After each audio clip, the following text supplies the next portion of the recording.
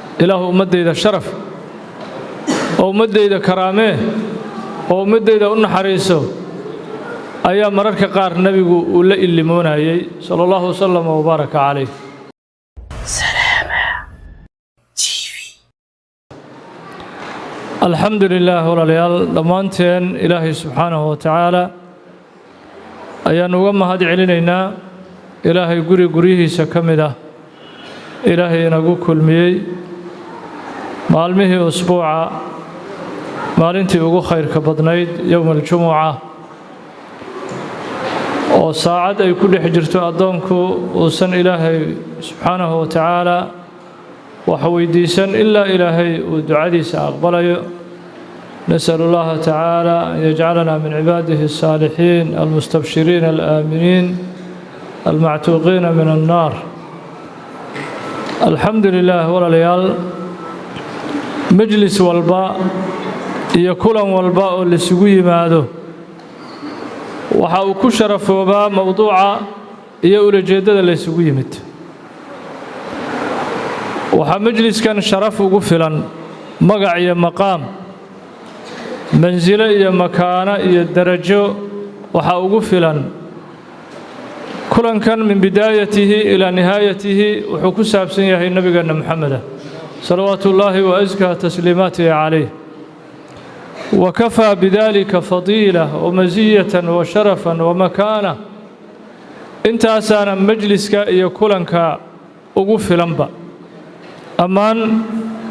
قيمها إيا مقامك كولنك نقوليه هاي انت أسا أقف لن مؤمنين تنوحا شرف أقف لن كولنك كسو قيب قلي إني كسو قيب قلين مجلس نبينا صلى الله عليه وسلم لو عقيدي نبينا لوغا شيكينايو صلى الله عليه وسلم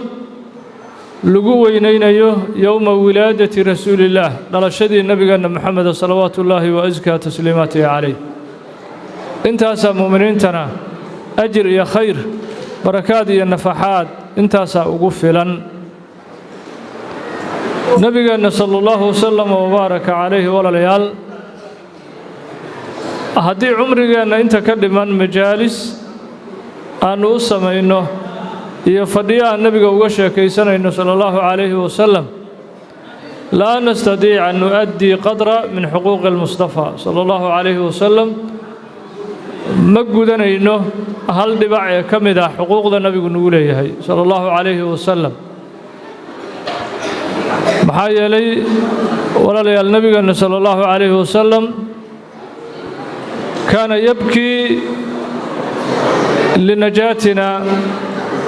ولهدايتنا إنه إنان بدبادنه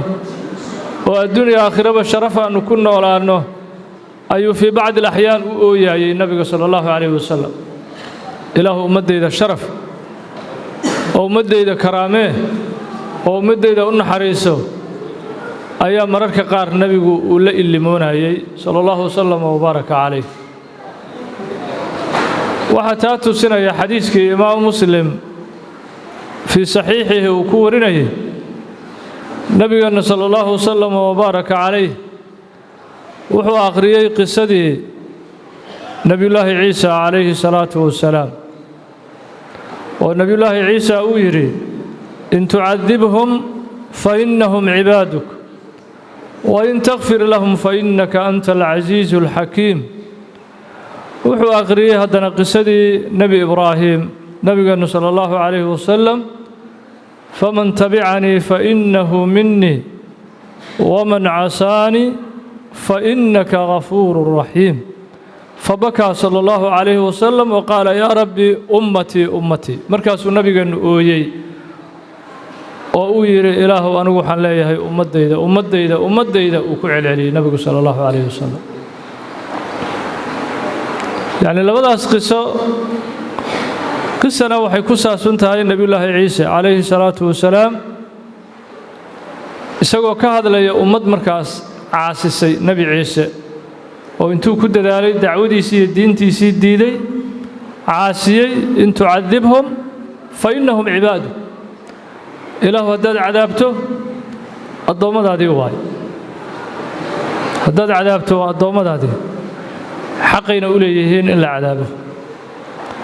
marka nabigeena sala allahu calayhi wasalama waa ooyey wuxuu yidhi anigu sidaas ma dhahayee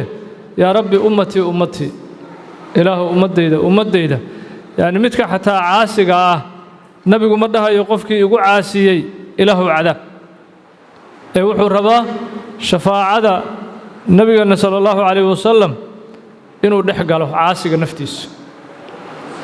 caasiga naftiisa inuu dhex galo taxta shafaacati rasuulillaah sala allahu wasalam wabaaraka calayhi ayuu nabigeenu doonayay calayhi salaatu wasalaam nabiga sala allahu wasalam wabaaraka calayhi wuxuu noo sii dhigayay qiyaamaha kayd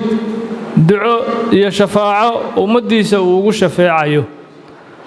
waxaa imaam muslim fii saxiixi uu ku wariyey nabigu sala allahu calayhi wasalam inuu yidhi likulli nebiyin dacwatun mustajaaba nebi kasta duco laga aqbalu lahaa ducadiisiina adduunyadu ku dhammaystay nebi walba